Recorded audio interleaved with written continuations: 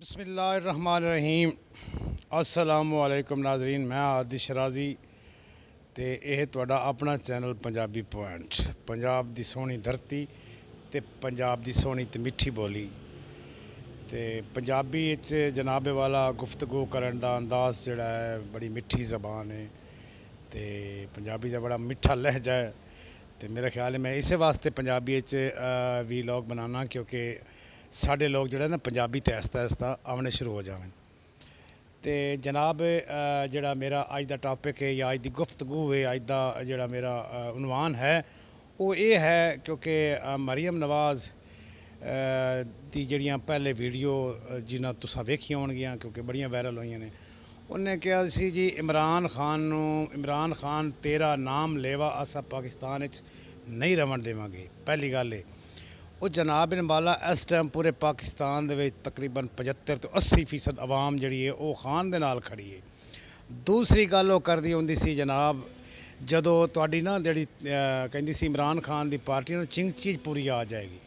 चिंग चीज पार्टी तो सिर्फ जनाब इस टाइम तुहाडी पूरी आ सकती है। इमरान खान की पार्टी तो मेरा ख्याल है वो इस टाइम ट्रेन च नहीं पूरी आती, 2 ट्रेनां उस तो ही वड्डी पार्टी है। तीसरी गल ये करती सी जनाब वाला इमरान खान के बारे। इमरान खान जड़े उन्होंने जी महंगाई बड़ी कर दी है। इमरान खान जड़े ने अवाम को बड़ा जलील कर रहे हैं। इमरान खान ने हर तरफ महंगाई मुसलत करती अवाम को, इदारे तबाह बर्बाद करके रख दिते ने। मैं जनाब मरियम साहबा ते सवाल करना, मरियम साहबा इमरान खान के दौरे पेट्रोल का जोड़ा रेट आई 150 रुपये आई, उन्हें 3 महीने वास्ते डक्का ला दिता पेट्रोल में। जदों तुहाडी हुकूमत आई, PDM की हुकूमत आई, तुसां इस तो मलदे हो जी। साडी तो पिछली गल करदे हो जी, साडा जो दौर आई तो जिहड़ा ये 16 महीने जो दौर है वो किस दा आई समझ नहीं आ रही इस चीज़ की। पूरी PDM जी है वो कहती है जी पिछला दौर जो नवाज शरीफ कहता जी मेरे दौर ये आई जो शहबाज शरीफ का दौर आई उस दे जनाब 100 तो 305 तक पेट्रोल गया, 300 तो उत्ते गया। उस तो बाद जनाब जो दुध की कीमत आई इमरान खान के दौरे जनाब वाला दुध जो 110-20 रुपये लीटर है जो इस टाइम 200 के उत्ते चला गया। जोड़ा घी है वह भी जनाब उत्ते चला गया। उस तो बाद चीनी जी है खाली 70-75 रुपये किलो है तो जनाब इस टाइम वो चीनी 150 रुपये किलो है। आटा जोड़ा खाली 60-65 रुपये किलो है तो इस टाइम 150 रुपये किलो है। वो किहड़ी तुसी महंगाई काम की है जिहदे नाल तुसी कहंदे हो जी खान तो महंगाई कर रहा सी ते असीं मुल्क नूं संभालिया, असीं मुल्क नूं संभालिया। तुसी कहंदे हो जी असीं अपनी रियासत जिहड़ी है ना बचाईए तो असीं सियासत अपनी कुर्बान कीती है। वो किहड़ी तुसी रियासत बचाई है, किहड़ी आवाम बचाई है जनाब? आवाम नूं तुसी इत्थों तक कर दिता, आवाम फाकियां ते मजबूर हो चुकी है। आवाम दे घर जनाब रोटी नहीं पकदी 2-3 टाइम दी। तुसी इस तरीके आवाम नूं कर दिता, लोकां दे बच्चियां दे मूँह चों दुध तुसी खिच लिया। अजे तुसी कहंदे हो जी असीं जिहड़ा ना आवाम वास्ते असीं रियासत बचाईए। किहड़ी रियासत बचाईए? पता नहीं कोई ख्वाब है। तुसी रियासत नहीं बचाई, तुसी अपने आप नूं बचाया जनाब। तुसी अपने गुनाह जिहड़े कीते हो सन वो बचाए ने। तुसी जनाब वाला वो चीज़ बचाइए जिहड़ी तुहाडे ते केस सन वो तुसी अपने केस मुआफ़ कराए ने करप्शन दे। तुसी अपने आप नूं बचाया क्योंकि खान तुहानूं गिटियों गोडियों लै गया ही। उस तो बाद जनाब वाला बाकी दूसरी गल आ गई जिहड़ा PDM इस टाइम जनाब वाला अपना पीपल पार्टी वाले गल्लां का जलसा सी इत्थे लाहौर दे विच टाउनशिप दे विच जनाब वाला जलसा जिहड़ा है ना पीपल पार्टी का वो जनाब पीपल पार्टी के जोड़े ना चेयरमैन बिलावल जरदारी साहब वो कह रहे हैं जी जदों साडी हुकूमत आएगी असीं ये कर दें। वो अल्लाह दे बंदे समझ नहीं आती। तू जदों PDM तू बैठा तू जनाब आख्या यानी कि जोड़ा पुराना पाकिस्तान है वैलकम उन्हें किया तो तू जनाब वाला दौरे ही नहीं छड्डे। तू जनाब हर मालिक का दौरा किया, हर जगह ते गया, तू जहाज़ तेरा रुकिया ही नहीं बिल्कुल। वो किहदे ते खर्चा पैंदा रहा? साडे ते पैंदा रहा, आवाम ते पैंदा रहा। वो असी बर्दाश्त करते रहे हैं, वो तुहाडे ते नहीं पैंदा रहा। असां गरीब लोग भरते रहे हैं। वो साडे ते टैक्स मुसलत हो गए हैं, वो साडे ते बिजली बिल मुसलत हो गए हैं, साडे ते गैस के बिल मुसलत हो गए हैं।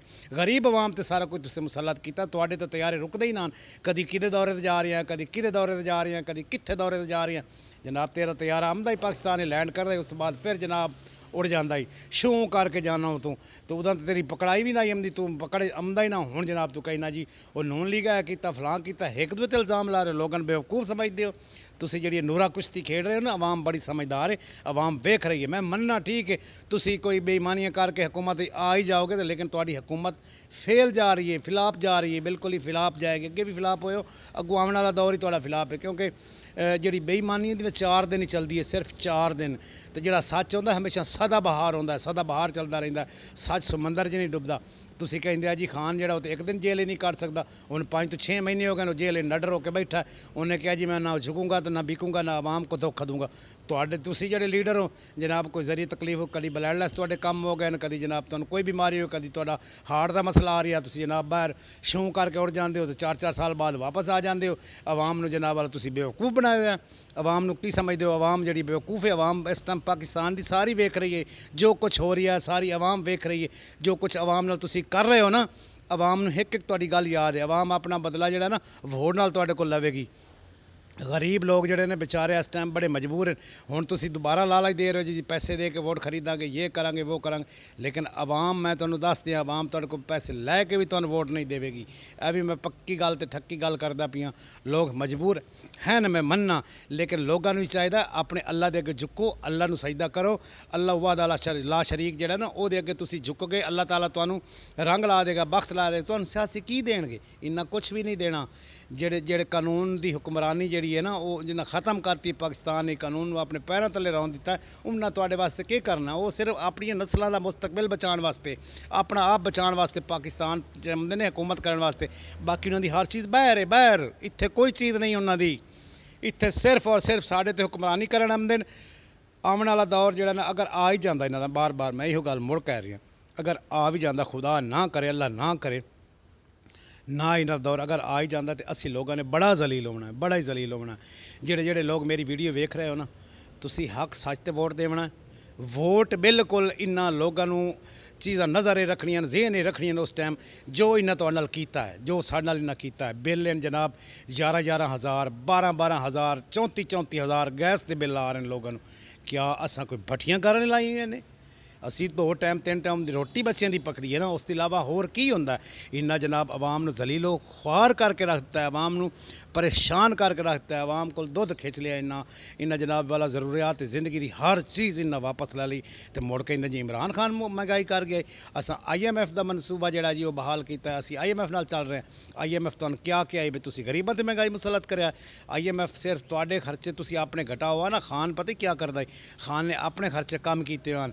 ਵਜ਼ੀਰ ਆਜ਼ਮ ਹਾਊਸ ਦਾ ਖਰਚਾ ਕਮ ਕੀਤਾ ਹੋਈ, ਉਹ ਤੁਹਾਡੇ ਯਾਰ ਬਾਹਰ ਦੇ ਜਿਹੜੇ ਦੌਰੇ ਨਹੀਂ ਕਰਦਾ, ਜਿਹੜੇ ਦੌਰੇ ਕਰ ਕਰਕੇ ਤੁਸੀਂ ਆਵਾਮ ਨੂੰ ਜ਼ਲੀਲੋ ख्वार ਕਰਕੇ ਰੱਖਤਾ ਹੈ। ਬਾਕੀ ਅੱਲਾਹ ਤਾਲਾ ਬਿਹਤਰ ਕਰਨ ਵਾਲਾ ਹੈ। ਅੱਲਾਹ ਹੱਕ ਹੈ। ਅੱਲਾਹ ਹਮੇਸ਼ਾ ਸੱਚ ਦੇ ਫੈਸਲੇ ਕਰਦਾ ਹੈ। ਅੱਲਾਹ ਜਿਹੜੀ ਉਹਦੀ ਅੱਲਾਹ ਦੀ ਹੈ ਨਾ ਤਾਕਤ, ਉਹ ਸਭ ਤੋਂ ਵੱਡੀ ਹੈ। ਜਿੱਥੇ ਨਮਰੂਦ ਸਭ ਕੁਛ ਫਿਰੌਨ ਵਰਗੇ ਨਿਸਤੋ ਨਬੂਦ ਹੋ ਗਏ ਨੇ, ਤੇ ਇੱਥੇ ਝੂਠੇ ਹਮੇਸ਼ਾ ਨਿਸਤੋ ਨਬੂਦ ਹੋਣਾ। ਪਾਕਿਸਤਾਨ ਜ਼ਿੰਦਾਬਾਦ, ਪਾਕ ਫੌਜ ਪਾਇੰਦਾਬਾਦ। ਅੱਲਾਹ ਹਾਫਿਜ਼।